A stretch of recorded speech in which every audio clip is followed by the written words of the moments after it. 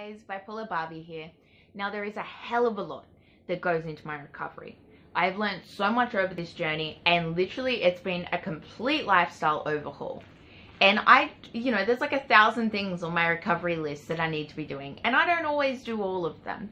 But I know there are some certain triggers for me and very specific things that I do need to do on a regular basis. Whether it be things like getting regular sleep times, not drinking, exercising. Like, there are so many things, I guess, on that list. Getting enough sunshine, that will definitely help. And I think this is kind of one of those hard areas to talk about, because it can be super annoying when someone is trying to help you continue these healthy behaviors when you're really not in that mindset. It's really frustrating when someone's like, come on, go for a walk, come on. Or if I have said to someone, yeah, I really need to start doing this, or I really need to stop doing this, and then they're on your shoulder and they're watching you do it and they're going, stop doing that, aren't you not meant to be doing that? Come on, let's go do this. You said you wanted to do this. It's kind of like, people. But I get where they're coming from. I think it's just really important that we work out how to do it in like an effective way.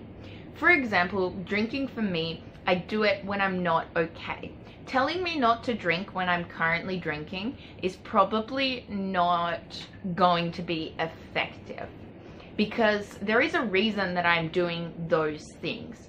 So unless I get rid of that reason, unless I feel better, unless I can get some relief from that, then I'm going to do that behavior, because that's just what I do when I am triggered in that particular way. So if you wanted to help me in that situation, long term, you're better off avoiding those triggers, whatever it may be, whether it's when I'm unhappy, suicidal, or for me, there is one reason why I don't socialize as much anymore. At my age, everybody wants to go out drinking. And every single time I go out into a social situation like that, I drink. And that is bad for me. That is not what I want. But I can't not do it in those situations. And people don't understand how hard that is for me and how much that affects me. And whenever I suggest to people, well, why don't we do something that doesn't involve drinking? They look at me like I'm from another planet. So I wish sometimes I had friends that really did support that. But then at the same time, if I do say to my really close friends that I don't want to drink, and they do support that, then when I really want to drink, then they're like, no, you shouldn't do that, and taking drinks out of my hands. Then I get really, really annoyed.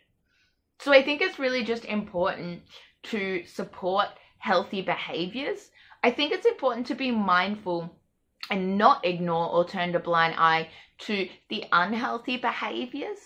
But rather than the behavior of itself, I think it's more important to try and understand why they are doing that unhealthy behavior in the first place and solve that problem, rather than necessarily intervening when it's kind of gone too far. Because most unhealthy behaviors are a coping mechanism.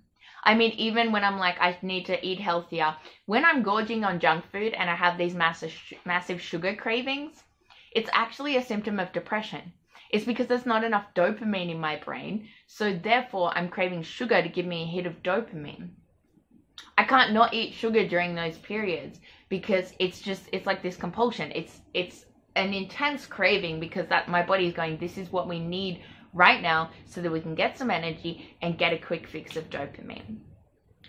So in those situations, I guess helping me be less depressed would then cure or fix the unhealthy eating. And I guess on that, it's like, even if you can't help with that, maybe inviting me over for a home-cooked healthy meal. Maybe instead of suggesting that we go to Hungry Jack's or McDonald's or KFC, maybe we go to Subway, which probably isn't that much better. The cookies are great though. So what do you guys think of that? What are your experiences with people trying to support your healthy lifestyle? I think it's important that we do really need to communicate that to people, communicate our recovery plan, and explain to them the importance of each aspect of our recovery plan, whether it be regular bed schedules so that people don't schedule a late night screening at a movie, you know, people that really do respect what you need to do to get to a level of recovery. If you have friends and people in your life that don't get it or are bad for you, kick their butts out the door, because that is part of your commitment to recovery.